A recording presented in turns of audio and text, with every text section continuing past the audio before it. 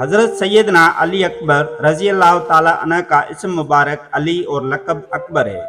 آپ عالی مقام کی کنیت ابو الحسن ہے۔ آپ رضی اللہ تعالیٰ عنہ سیدہ لیلہ رضی اللہ تعالیٰ عنہما کے بطن سے تولد ہوئے۔ آپ رضی اللہ تعالیٰ عنہ عادت و اتوار میں حضور نبی کریم صلی اللہ علیہ وآلہ وسلم سے مشابہ تھے۔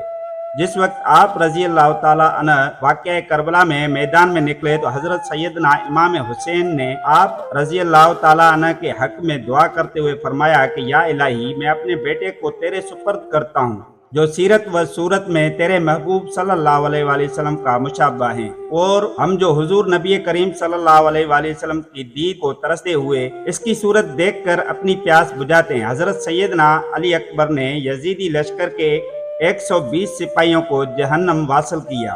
بالآخر مسلسل لڑائی کے بعد جب زخموں سے چور چور ہو گئے تو اپنے والد بزرگوار حضرت سیدنا امام حسین عالی مقام کی خدمت میں حاضر ہوئے اور ان سے پانی کی فرمائش کی تاکہ ایک مرتبہ پھر تازہ دم ہو کر دشمنوں کا مقابلہ کر سکے۔ حضرت سیدنا امام حسین نے جب امام علی اکبر کو اس حالت میں دیکھا تو رو پڑے اور فرمایا کہ میں تمہارے لیے پانی کہاں سے لاؤں؟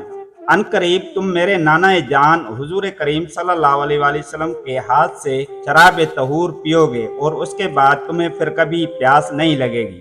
حضرت سیدنا علی اکبر نے جب والد بزرگوار کا فرمان سنا تو ایک نئے جوش کے ساتھ میدان میں دوبارہ اترے اور مزید 80 دشمنوں کو جہنم واصل کیا۔ اس دوران امام علی اکبر پر چاروں جانب سے یزیدیوں نے حملہ کر دیا اور آپ رضی اللہ تعالیٰ عنہ جو زخموں سے چور چور تھے اس حملے کی تاب نہ لا سکے اور جام شہادت نوش فرمایا۔ بوقت شہادت امام علی اکبر کی عمر مبارک محض 18 برس تھی۔